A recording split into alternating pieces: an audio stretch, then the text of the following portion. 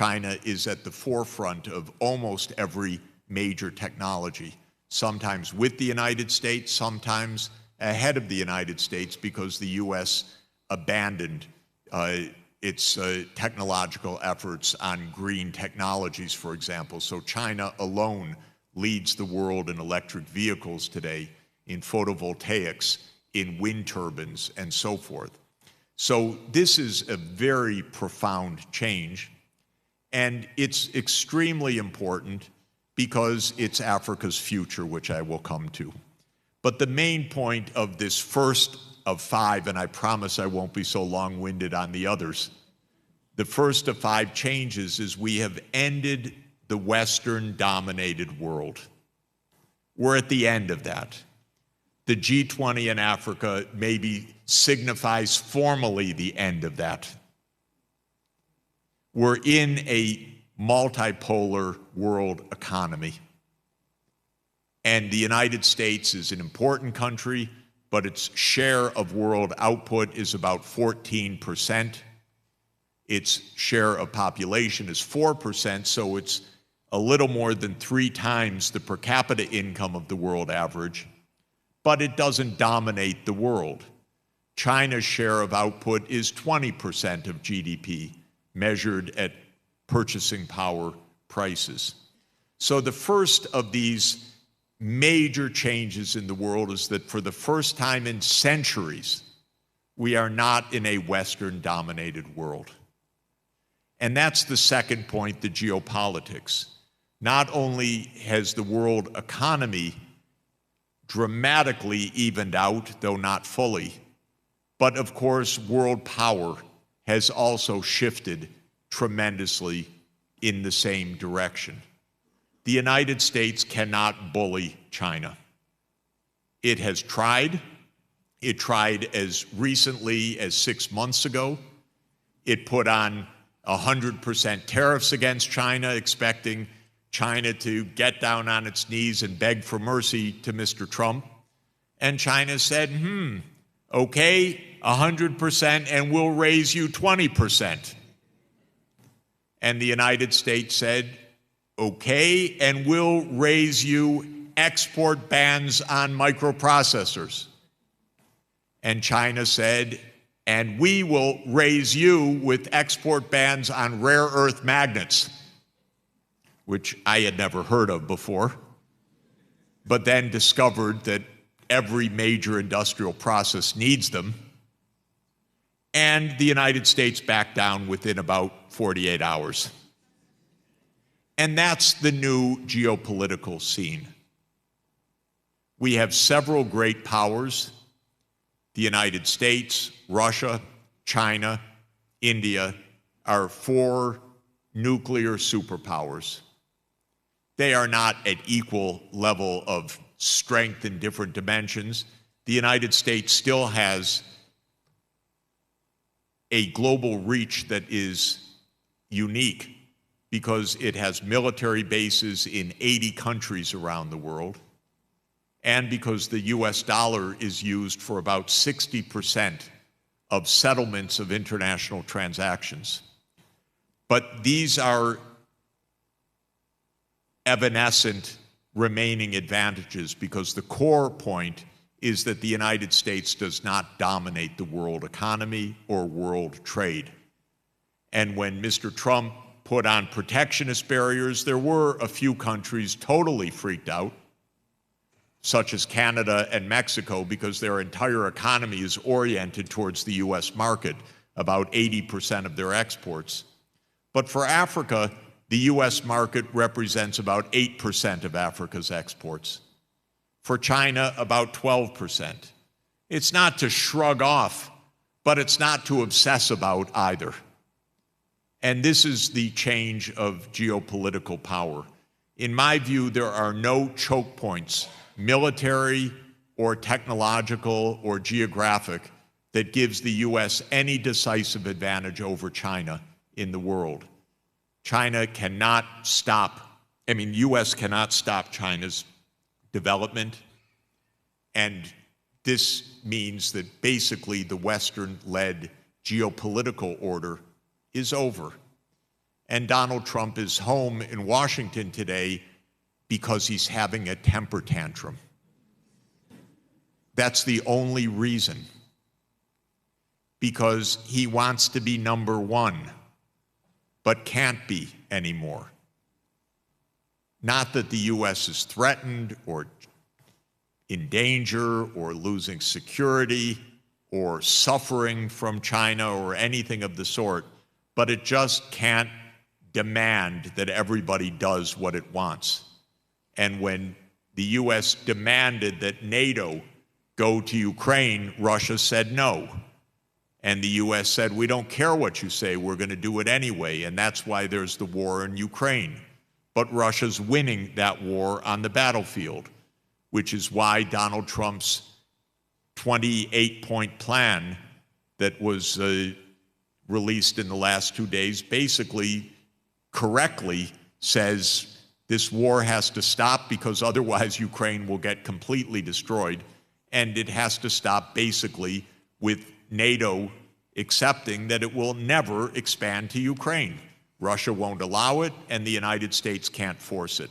So this is the second big dimension of the change of the global order, that there is no Western-led world. Europe, by the way, is nowhere to be seen. Very strange, because they're in a panic about Russia. I think that's why. I can't figure it out, but I've never seen such bad leadership in Europe as I see today in the modern post-World War II period. So Europe isn't playing any consequential role in geopolitics right now because it's divided, confused, and wasting its money on military armaments that make no sense. So the third dimension that has come along with all of this is the technological revolution that's underway.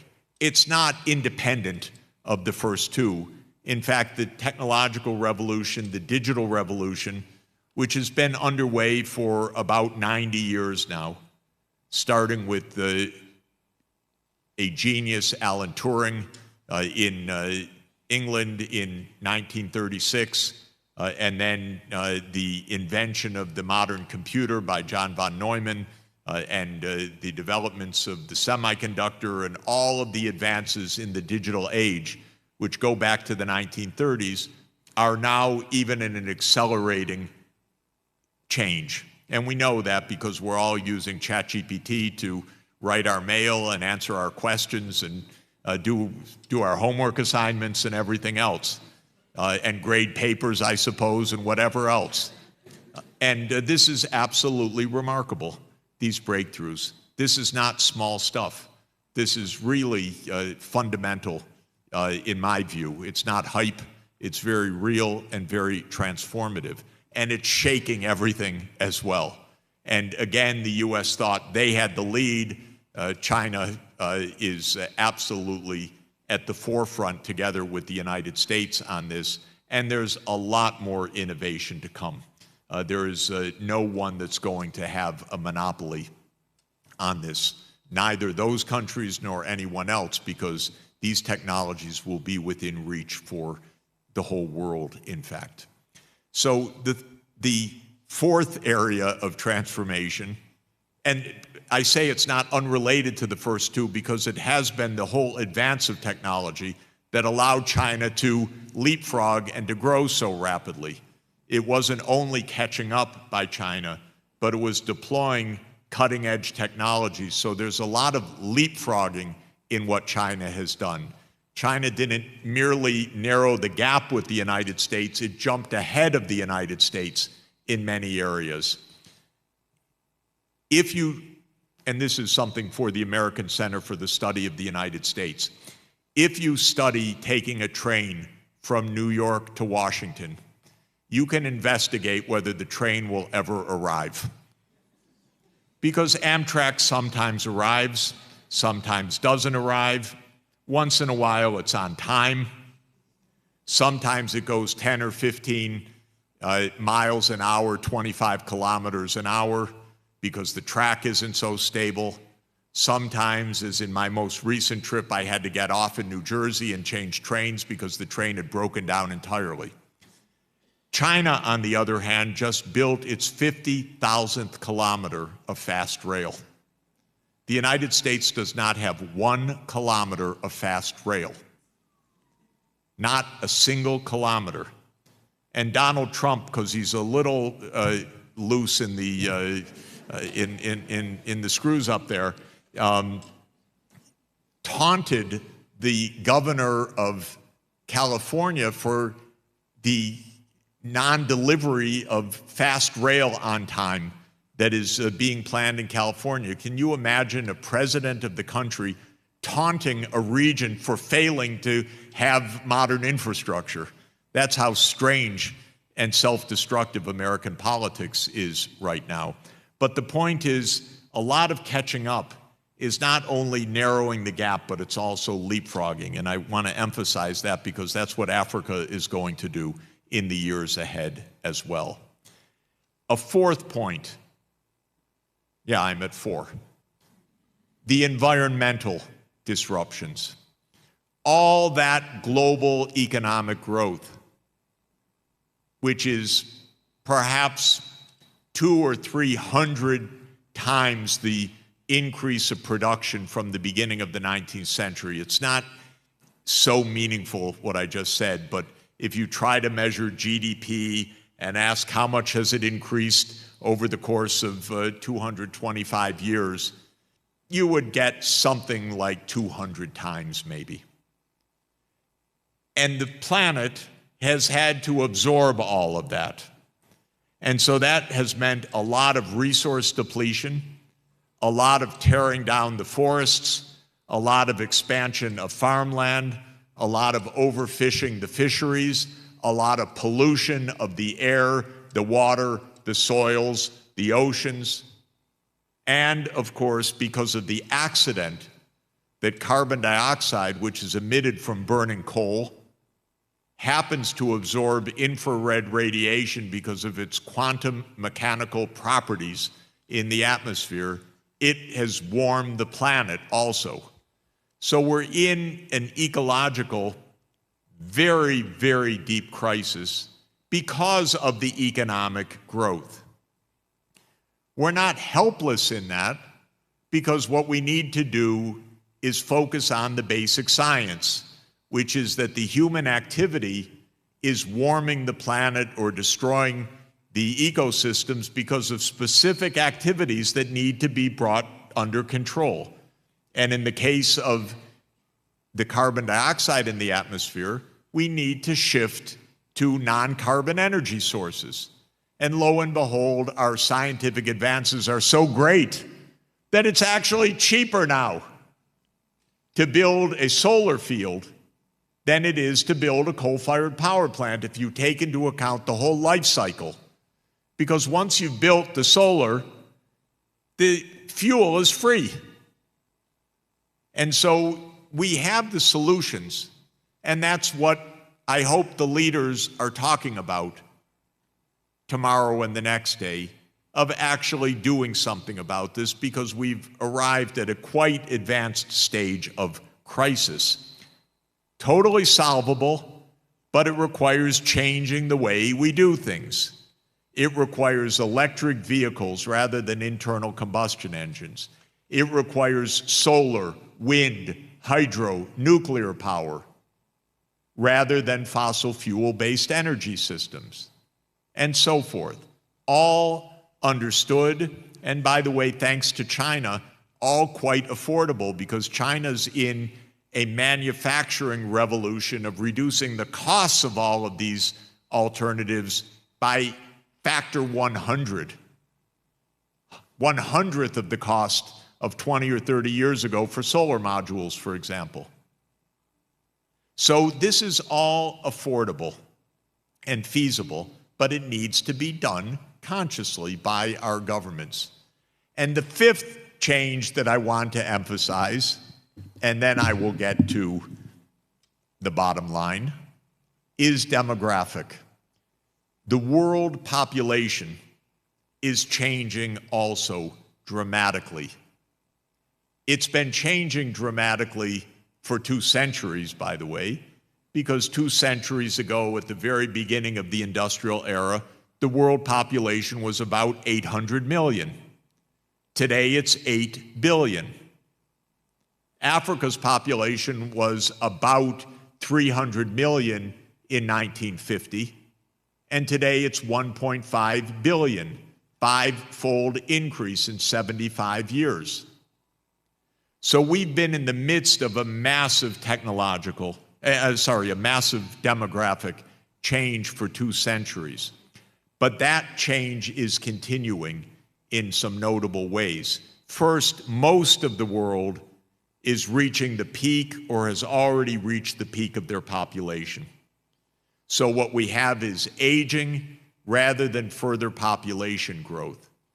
China reached its peak population probably 2 years ago on the official estimates, and will now experience quite a significant decline of population. China's at 1.4 billion people. By the end of this century, I can't say almost surely, but the projection is well below 1 billion, and the actual UN medium forecast is below 800 million. The one region of the world where the population continues to grow rapidly is Africa. Africa's population grew 5 times from 1950 till today. It's 1.5 billion. According to the medium forecast of the UN, Africa's population will reach 2.5 billion at mid-century and about 3.7 billion in 2100. And in percentage terms, this means Africa's population was 9% of the world population in 1950. Today, it's 19%. 1 out of every 5 people on the planet is African. And by 2050, it will be about 25% of the world population. And by 2100, 35% of the world population. So Africa will be in the center of the world story, the world history, the world population, the world demographics in the course of this century. Now, what does all of this mean for Africa? That is, for me, the bottom line and the most important point. I believe, not that it is inevitable, but I believe that it is feasible and the right target for Africa essentially to follow the path that China followed between 1980 and 2020, in a process of 40 years going from low income to high income, going from quite widespread continuing poverty, especially in rural areas, to zero poverty during this period. And because of the demographic changes as well, becoming a powerhouse of the world economy. And that is what I think should be envisioned, should be planned for, and should be accomplished. So China used its advantages of planning, foresight, visioning, and even what we call relative lag. It's poverty, meaning a lot of catching up room, and technological innovation to achieve 10% per year economic growth over a 40-year period. There's the rule of 70, which many of you will know. If you want to know how much a growth process, how long it takes for something to double, take the growth rate and divide 70 by that growth rate. So if you're growing at 10% per year, divide 70 by 10, and that means every 7 years, the economy doubles in size. China achieved that kind of doubling over a 40-year period. So think about it. Every 7 years, you double in size. If you do that for 35 years, that's 5 doublings. 2 to the 5th power, 32-time increase of the economy in China, 32 times in 35 years. And because this continued even beyond 35 years, it's been about a 40-time increase of output of China, which is why China became the world's largest economy during this 40-year period. My analysis and recommendation is that Africa chart out such an ambitious trajectory, because Africa's time has come and its turn has come. And that's, I think, what we are also celebrating at this occasion of the G20. China achieved rapid growth for 40 years. The other country of comparable size, India, has been growing at about 7% per year since the year 2000. Again, applying the same rule of 70, that means doubling every 10 years. And India has become, during this 25-year period, the 3rd largest economy in the world. And its poverty is now below 5%. Remember India having poverty everywhere? Its extreme poverty rate is now below 5%. So my view is Africa's next. You're the next region of 1.5 billion people. But it takes some change of perspective and some new strategy. The change of perspective, first of all, is that this has to happen at a continent-wide scale. Africa was left after the imperialist age with 54 countries and a 55th one in dispute. The transformation that I'm talking about cannot happen 54 separate times. It should be an Africa-wide success, because scale matters in economics. China and India were able to grow so fast because of a large economy and a large market that supported a lot of innovation and supported a single strategy that was coherent to build out a power system, to build out a fast rail system, to build out a highway system, to build out a 5G digital system. And Africa, I want to act like the Union, like a continental free trade area that is investing at the African scale to accomplish the same. And that, I think, is the key first step to being able to replicate this rapid catching up plus leapfrogging process. In order to do that, first, think like a union. For great universities like Wits, partner with universities across the continent to help engender this kind of Africa-wide ambition and strategy and know-how to get this done. And for President Ramaphosa and for his colleagues, champion union, true African union, true Pan-Africanism, to be able to accomplish this. And unlike the first time of Pan-Africanism, Britain, France, and the United States can't stop it this time, because Pan-Africanism was stopped from the outside, not from the inside. It was stopped by a bullet in the head of Patrice Lumumba. It was stopped by repeated overthrows by the CIA and MI6, and it cannot happen anymore. They don't have the power, they don't have the space, and Africa can prevent it. And so we can really have an Africa-wide strategy. And that means building out the infrastructure, the hard infrastructure of rail, of digital, of shipping, coastal shipping, and I could say, the soft infrastructure of a continental-wide university excellence to put science and technology in the forefront, because this will require a lot of innovation and a lot of homegrown skills all over the continent.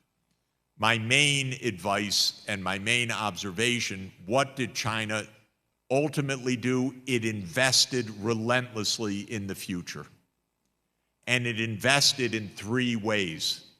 First, in the skills of the population. So the educational standards in China soared over a period of 40 years. Second, it invested in the physical infrastructure, all that I've been talking about, of the tens of thousands of kilometers of high-quality infrastructure. And third, it invested in innovation and business development so that its companies are in the forefront of the world. And that's why we will be driving Chinese electric vehicles and why we will have our friendly humanoid robots made in Shenzhen when they clean up our houses and raise our children and whatever else they're going to do. They're going to be Chinese made. That's just a little joke. But maybe, I don't know. The nice thing about a robot, by the way, when you have children, we have 3, and they're very nice. They're nice to have around. I appreciate them, but it took 30 years to get them through school and all of that. And when you get your robot from Shenzhen soon, it will have 8 PhDs in 3 hours. So it's a little annoying, but it's actually going to be really a great bargain also. It will do your homework, your course assignments. It'll give your lectures. Of course, the audience will all be robots also. But we'll out be having a cup of coffee too, so we'll be enjoying ourselves tremendously. So we need this Africa-wide investment program that invests first in the young people. This vast population increase is so promising if you invest in the skills of the young people. Keep the mindset, no child should be without at least a high school education, upper secondary minimum, everywhere, quality. No child should be at school without a laptop. Really. You need this for today's world. They're not expensive. They can be part of an education budget. Everybody needs digital access. We're all going to have our AI tutors online, helping us through difficult problem sets and so forth. You need to use the leapfrog technologies. So investing in the skills is critical. And then, of course, that means all of the rest of the infrastructure that supports this. This, I think, is what the great opportunity is. I think that this is what we really mean by the change of the world order. I believe that by 2050, Africa will be a high-income region. It will be a successful and growing region. It will be a region of peace, and it will be looked to throughout the world for partnership and for innovative solutions. And when that comes to pass, I know that Wits University will have played a huge role in it. Thank you very much.